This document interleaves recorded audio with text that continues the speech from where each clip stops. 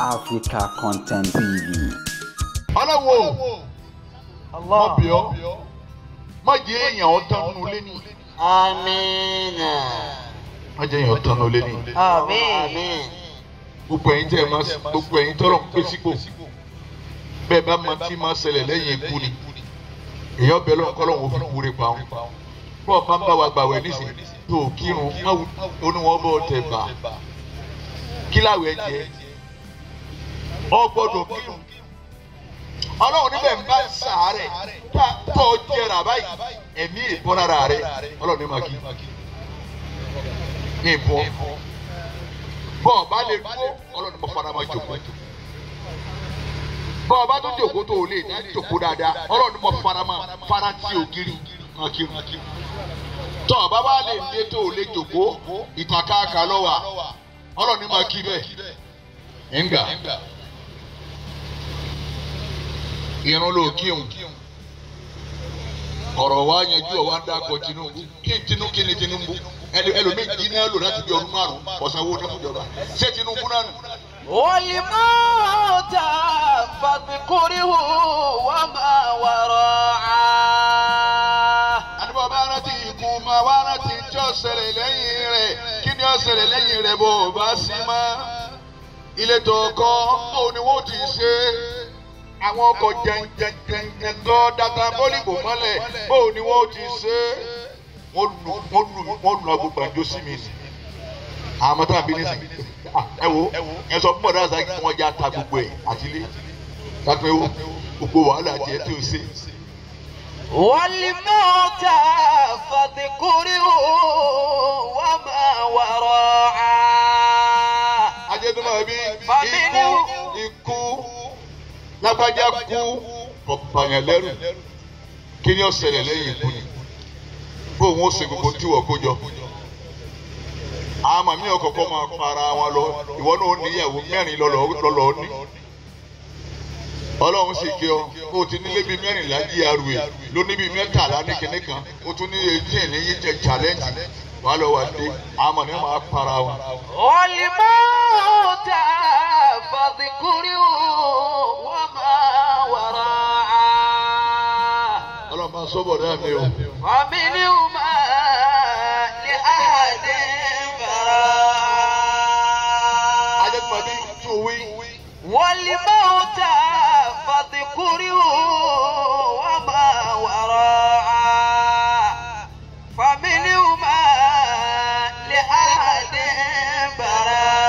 براء.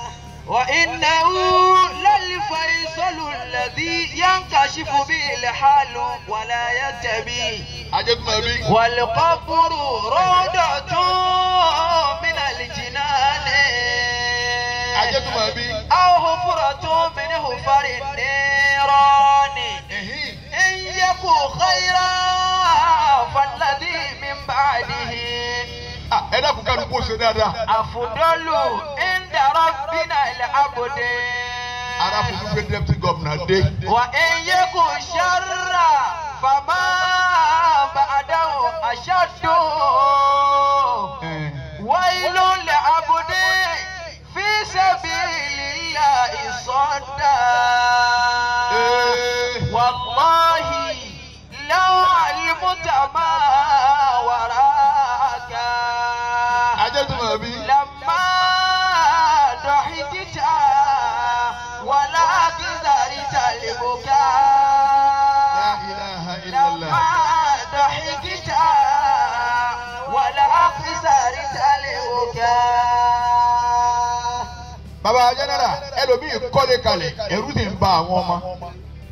Gbé bó láti rántí nílé. Wọ́n wá ṣe mítìnì. Ẹjẹ́ alùpàjò ẹjẹ́ àtàrò wọ́n ta gbogbo wàhálà rẹ̀ tó ọkọ̀ kalẹ̀. والله لو علمت ما وراك. Ìkà ni wọ́n ṣe wọ́n wá ń fi kànáàtì rẹ̀ pé kò ní dáa fún aláàjì. Ẹ wò kú òkúta kírun sí làtà wá ń ṣèpèlé torí kò ṣe dáadáa láyé. Àmọ́ rẹ̀ pààrọ̀ owó kọ torí wọn ò lè fọ́kọ bàbá wọn wá sí. Èwo ni wọ́n wà á múnú ẹ̀.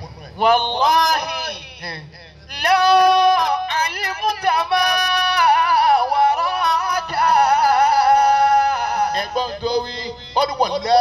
mo búra pẹ̀lú Ọlọ́run ẹ̀yin ló lé bàbá Adédìbú bàbá ti pọ̀ ọba máa ń tí ó ṣẹlẹ̀ lẹ́yìn rẹ̀ bọ̀ ọba sí láyé mọ́. لما ضحكت ولا قصرت البكاء.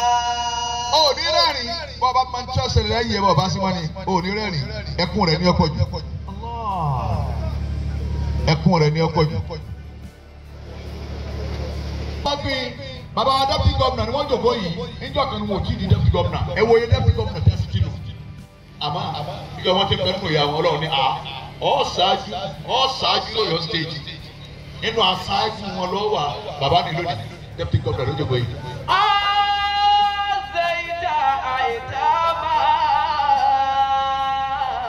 ẹ bá wà ní kíláàsì tẹ́ ń kàwé ẹ lè jẹ́ 40 for example ẹ lè jẹ́ 80 àwọn tí ó jẹ́ èèyàn nù yín Ọlọ́run sì rọra fàwọn ẹ̀rọ yìí ẹ̀yin wọ̀nyí ẹ̀yin ó jẹ́ èèyàn ẹ̀yin eléyìí ẹ̀ máa sáré tẹ̀lé àwọn tí ó jẹ́ èèyàn.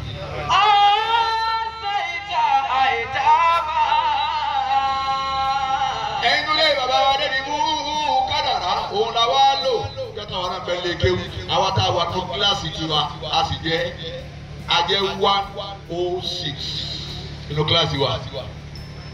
ẹjọ́ náà tọ́lọ́mù tí ń jọ wá wò mo rò pé mi lọ́lọ́nkọ́ ìwọ́n tiẹ̀ ọjà fún olókìkí kìí ṣe ìjọ ọmọ ìgbé apá òun torí ìdí ìgbé apá òun náà olókìkí lòun náà wọ́n ń wò lórí Facebook.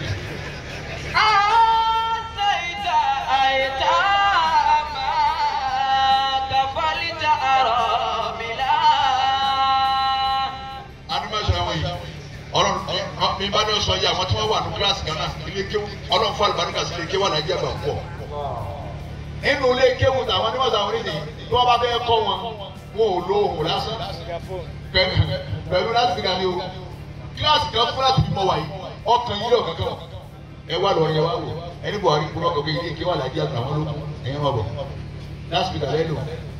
Assalamu alaikum àwọn tó bá sọ̀rọ̀ assalamu kọ́nà wọn ní ma fọ́ sọ̀rọ̀. Azawuta makiruba adaitaligani. Jakujaku tó ṣe lọ́dún tó wọ́n Ọlọ́run tó kú ọ láti rí oṣù lọ́dún yìí o sì wá wọ́ ẹ̀bọ̀ rẹ̀. Salimu li rabbika. Láwọ̀ ẹ̀tọ́ o tó lò jakujaku o tó lò lọ́dún yìí náà bẹ́ẹ̀. Salimu li rabbika ya hasudu wala takun. Gbọ́dọ̀ ṣe rere lẹ́gbẹ̀ẹ́ rẹ̀ inú máa ń rùn wọ́n ni bó ti lò lọ́dún tó ń rùn ó tún lò tó lọ́dún yìí èèyàn gbọ́dọ̀ rí ipò inú ọmọ àrùn wọn ni ládùúgbò yín ọgbọ́dọ̀ rẹ tó ga tó ṣe rere ẹ̀yin náà wọ́n lè ṣe ẹni ọ̀gá nulẹ̀ yìí bẹ́ẹ̀ bá ga nulẹ̀ yìí tẹ́ bá ṣe é ṣe tó fi jábọ́ ilé yìí kò nulẹ̀ tí wọ́n máa ṣírò yẹn gíga pọ̀ mọ́nù. láyé òbí dáyé bàbá òpele bàbá wa Tinubu òpele rẹ̀ pé Aláàfin Màlété bí ọba àgbòmí bàbá wa Adédìbú ọ̀fẹ́ rẹ̀ sọ́jáde látara dáadáa látara sísà àwọn èèyàn wọ́n sọ bẹ́ẹ̀.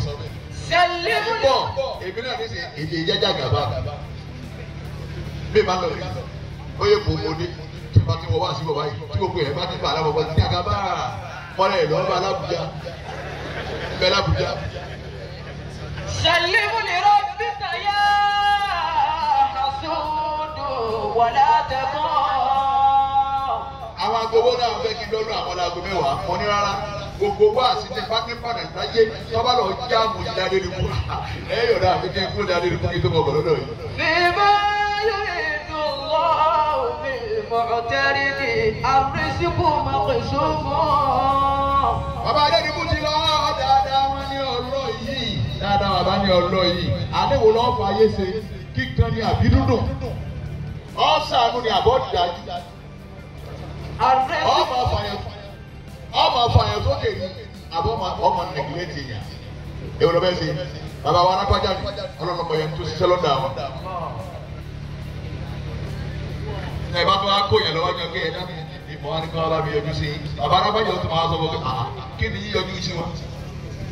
ìsẹ́ni nítorí òkú wa ó ìṣèlédè kó o ṣe ìsinmi láì ọ̀bọ̀njọ́ mọ́ndé ìtàn kọ́ rẹ̀ ẹ̀dẹ̀ fún bàbá wa Mọ̀sẹ̀lú Arákọ́jà ìtàn kọ́ rẹ̀ ẹ̀dẹ̀ fún ọ̀rẹ́